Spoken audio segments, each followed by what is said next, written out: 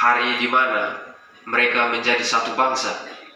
Ketika mereka menerima hukum Tuhan di Gunung Sinai, pada saat itu mereka secara hukum dan secara historis, secara sejarah, secara politik, secara budaya, mereka menjadi satu bangsa. Satu bangsa. Tetapi bagi kita, anggota gereja, ketika kita merayakan hari Pentakosta, kita juga merayakan hari kelahiran kita sebagai satu gereja. Gereja yang satu, satu gereja, dengan Allahnya yang satu, dan Roh Kudusnya yang satu. Bapa, Putra, dan Roh Kudus.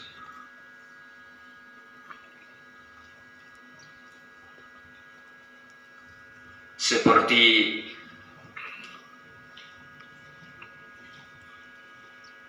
Hawa itu dibangun.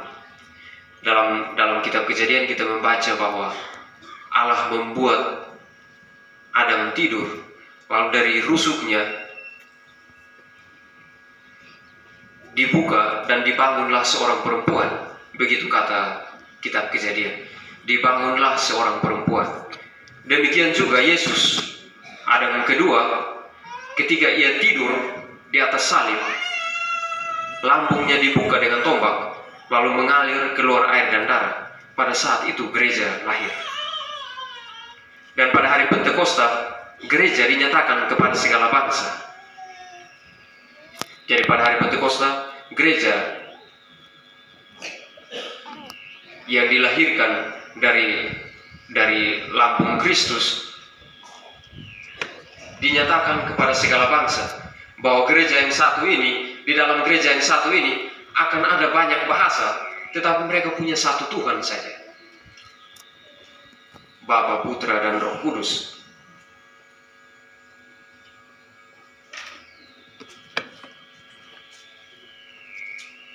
Biasa kita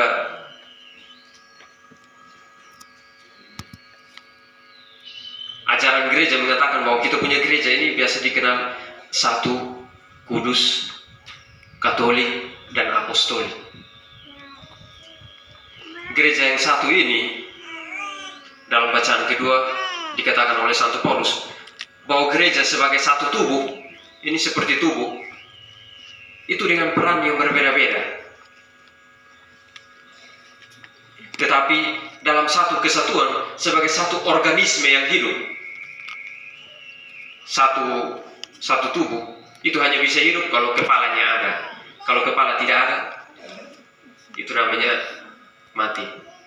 Kalau tangan tidak ada, orang bilang buntu. Kalau kaki tidak ada, bilang, atau bengkok sedikit, bilang pincang. Tetapi anggota-anggota tubuh yang sama, yang berbeda-beda itu membentuk satu tubuh dengan perannya masing-masing. Maka jari tidak bisa bilang, saya lebih penting dari kepala. Atau jari menganggap bahwa dia yang kepala.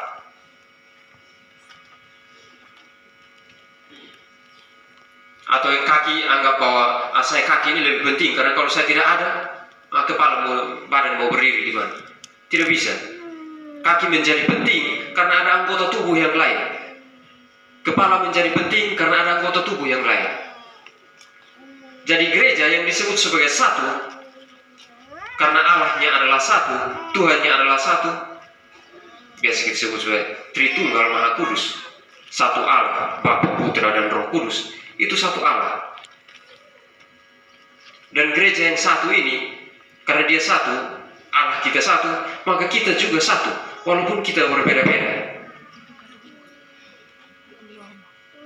Maka kalau tangan mulai buat dia punya lain, kaki mulai buat dia punya lain, kita sakit. Sebagai tubuh itu sakit. Kalau kita mengandaikan kuasis paroki Santa Maria Immaculata Batuna ini, kalau misalnya masing-masing bawa dia punya lain-lain, kita kacau.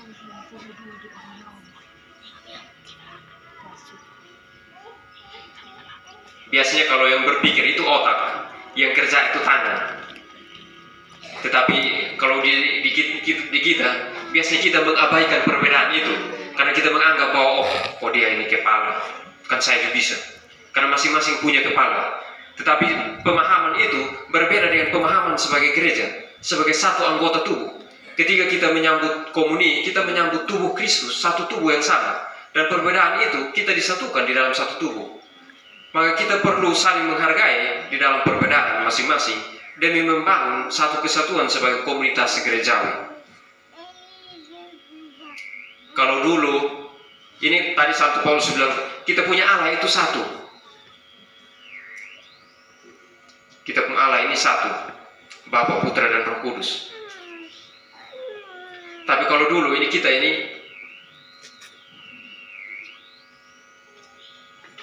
barangkali sebelum kenal iman Katolik ini, barangkali kita masing-masing bawa dia punya sendiri. Kalau adik-adik mereka atau yang kuliah belajar itu macam orang Yunani atau orang Romawi, itu mereka pun dewa dong macam-macam. Jadi kalau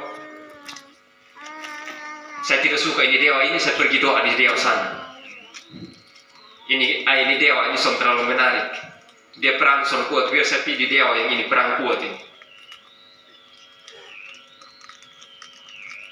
Di dalam gereja tidak bisa seperti itu. Kalau kita bertengkar di sini lalu kita merasa bahwa saya pergi ke sana supaya saya berdoa ke Tuhan yang lain, itu salah.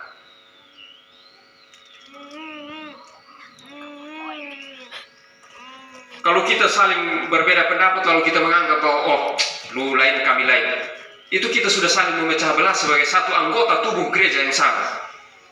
Dan kita tidak memahami arti dari panggilan Kristus bahwa kita harus menjadi satu gereja.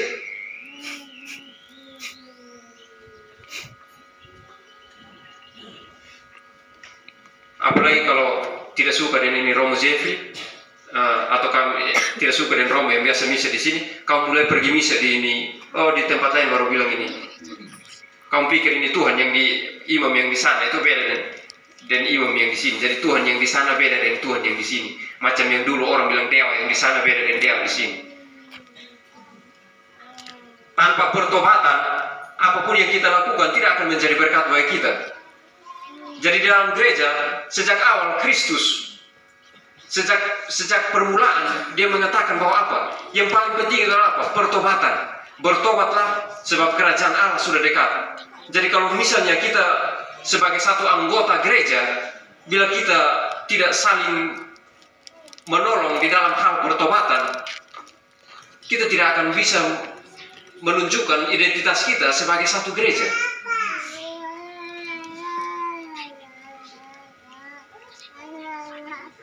Biasanya karena kita seringkali tidak mampu hidup dalam satu kesatuan sebagai anggota gereja, karena kita tidak mampu untuk saling mengampuni. Bahkan kita tidak mampu untuk mengampuni orang. Dan kalau berdasarkan bacaan ini, kalau kita tidak hidup seperti yang dikatakan oleh Tuhan, kalau roh itu tidak hidup dalam diri kita, roh kesatuan, roh satu Allah, Bapa, Putra, dan Roh Kudus, kalau dia tidak hidup di dalam diri kita, berarti roh yang lain yang hidup di dalam diri kita. Dan kalau kita hidup dalam perpecahan, berarti kita tahu bahwa itu bukan Roh Kudus yang membuat kita untuk hidup seperti itu.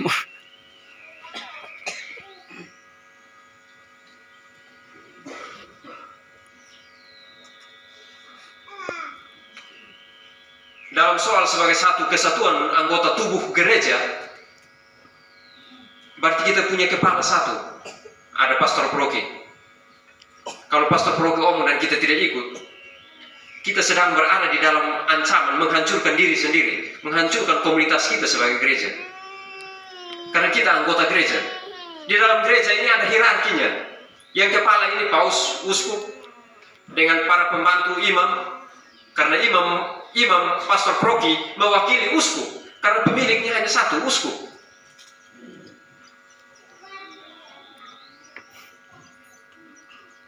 Maka kita perlu, saya mengajak Bapak dan Mama sekalian sebagai satu anggota gereja di dalam hari Pentakosta ini, ketika Roh Kudus turun atas kita dan menyatukan kita sebagai satu umat, kita perlu belajar untuk saling mendengarkan, saling mengampuni. Bila sama saudara kita mungkin tidak ini, kita perlu belajar saling mengampuni. Karena apa?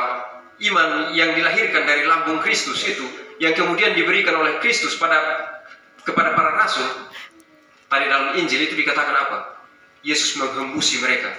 Terimalah Roh Kudus. Kalau kamu mengampuni dosa orang, dosanya diampuni.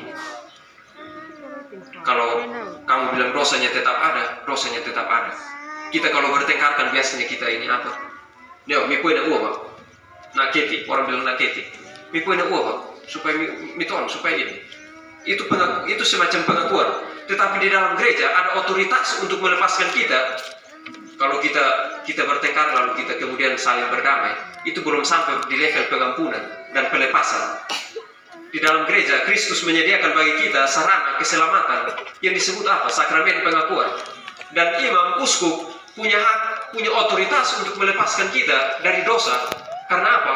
Otoritas itu tidak diambil oleh para imam dan uskup bagi dirinya sendiri, tetapi diserahkan dari atas oleh Tuhan. Kita mungkin kalau kita bertengkar atau apa, kita bisa berdamai, kita potong ayam satu ekor, kita makan sama-sama.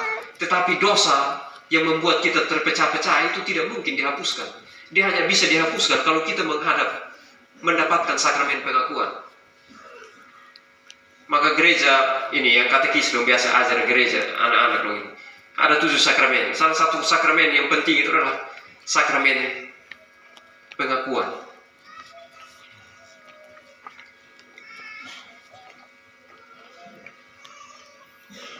Kita semua dipanggil untuk hidup sebagai satu anggota tubuh, dan sebagai satu anggota tubuh gereja kita diajak, kita dipanggil untuk saling berbagi damai sejahtera.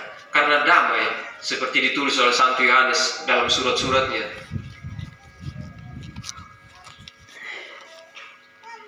kalau kita mengasihi berarti kita memiliki Allah. Kalau kita tidak mengasihi, kita tidak memiliki Allah. Dan Santo Thomas Aquinas, saya pun santo favorit, dia bilang begini, semua hal yang benar itu datang dari Roh Kudus. Artinya apa?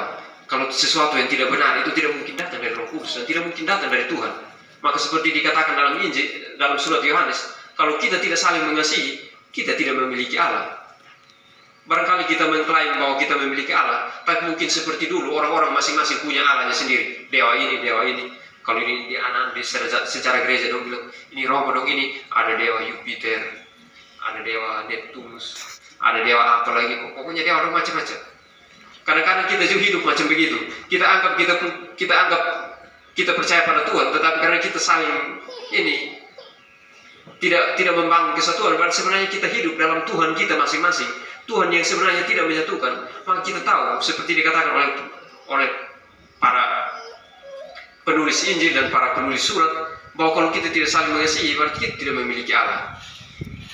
Kita hanya bisa memiliki Allah, kita hanya bisa menerima Roh Kudus kalau kita hidup dalam satu kesatuan sebagai anggota tubuh gereja, di mana kita memiliki satu Tuhan, satu Roh, dan kita minum dari satu sumber yang sama. Sehingga kemudian dalam Mazmur tanggapan tadi itu dikatakan bahwa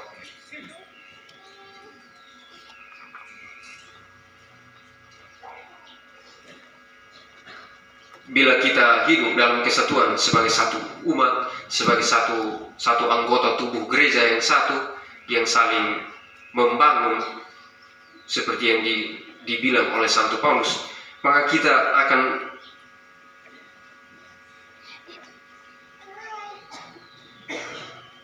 Pemasmur bilang begini, semoga kemuliaan Tuhan tetap selama-lamanya. Semoga Tuhan bergembira atas karyanya, dan semoga Tuhan berkenan akan laguku. Kalau kita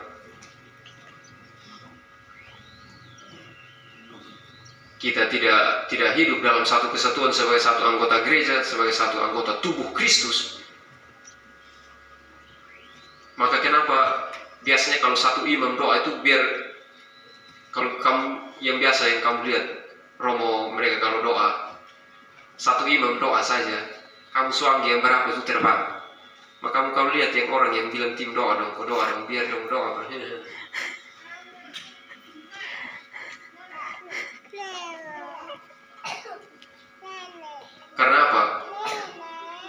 ketika orang bertindak dalam nama Tuhan dan di dalam Tuhan, dalam kesatuan dengan Tuhan, maka Tuhan pencipta ini, siapa yang akan mau melawan? Maka kita berdoa bahwa pada hari Pentakosta ini, seperti dalam madah Pentakosta tadi yang dibacakan itu, kita berdoa bahwa yang kotor dibersihkan oleh Tuhan, yang kering disirami, dan yang luka disembuhkan. Bagi yang panas hati disejukkan, dan giatkanlah yang malas, lembutkanlah yang ganas.